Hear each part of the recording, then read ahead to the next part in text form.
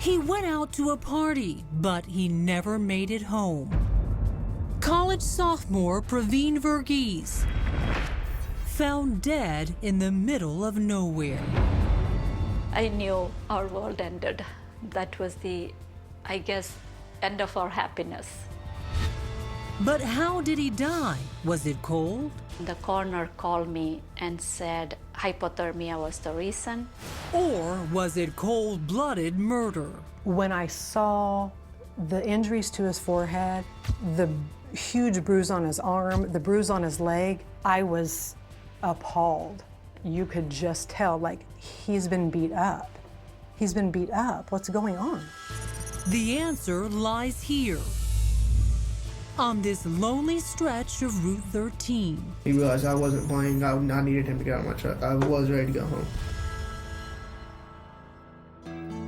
Priya Verghese says 19-year-old Praveen is the best brother anyone could want.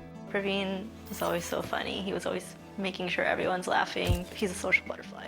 He loves his friends and hanging out with people and his family.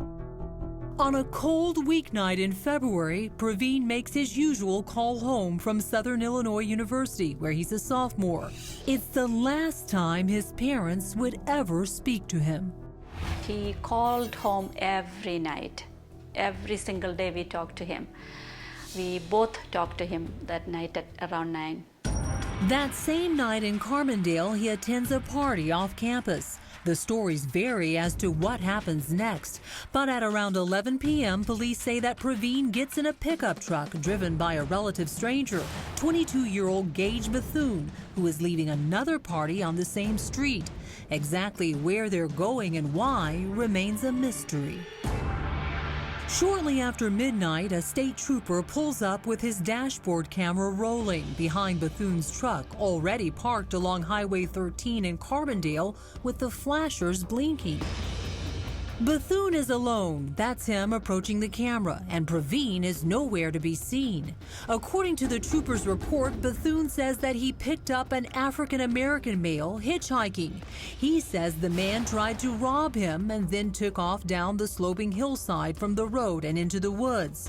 Local radio host Monica Zukas has been on top of the story since the beginning. Why didn't that trooper go look for whoever we now know he said had robbed him? Are we missing something? The trooper briefly shines a flashlight into the trees and sees nothing. Bethune heads off for home, and normally that might be the end of it. The trooper's report makes no mention of Praveen, and the local Carbondale police are not alerted of the incident until days later. If somebody was just robbed, we've got a potential criminal now on the loose. Why aren't we looking for him? But for Praveen and his family, it's only the beginning of a saga that will change lives forever. That same morning, Lovely Verghese, Praveen's mother and a hospital nurse, says she wakes up with a profound feeling of dread that will not go away. The whole time I was crying and I didn't know why. I went into the chapel in the hospital and I sat there and I cried and I still don't know why. Later that day, she gets a call from police. Praveen, affectionately called Wawa by his parents, has been reported missing by a cousin in Carbondale. So I screamed here to my husband. I said, they can't find Wawa.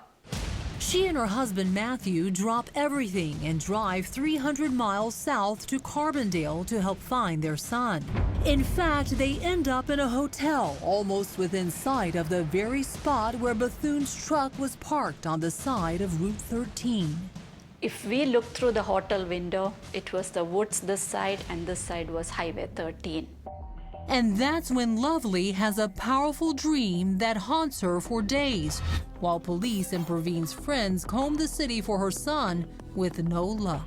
The dream I had was he's in a car, somebody is driving him, and I see the door open and somebody is pushing him and he is rolling on the slope. In Indian culture, they say if you have an early morning dream, it is true. And I said, I have a feeling somebody has him. The local airwaves are filled with news of the missing college student. And now police get a phone call from a cousin of Gage Bethune, the driver of that pickup truck that was pulled over on Route 13. The cousin says Bethune recognized Praveen's face on TV and admitted he had been in the truck with him that night.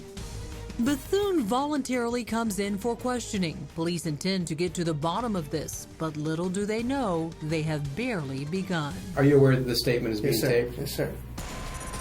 Next, police grill the last man to see Praveen alive. He was on the phone with somebody. He was talking to somebody about cocaine. I said, I'm dealing with the wrong person. I gotta get him out of my vehicle. Bethune told the trooper who pulled up behind him on the scene that he was robbed by a man he picked up hitchhiking. But now his story seems to be changing.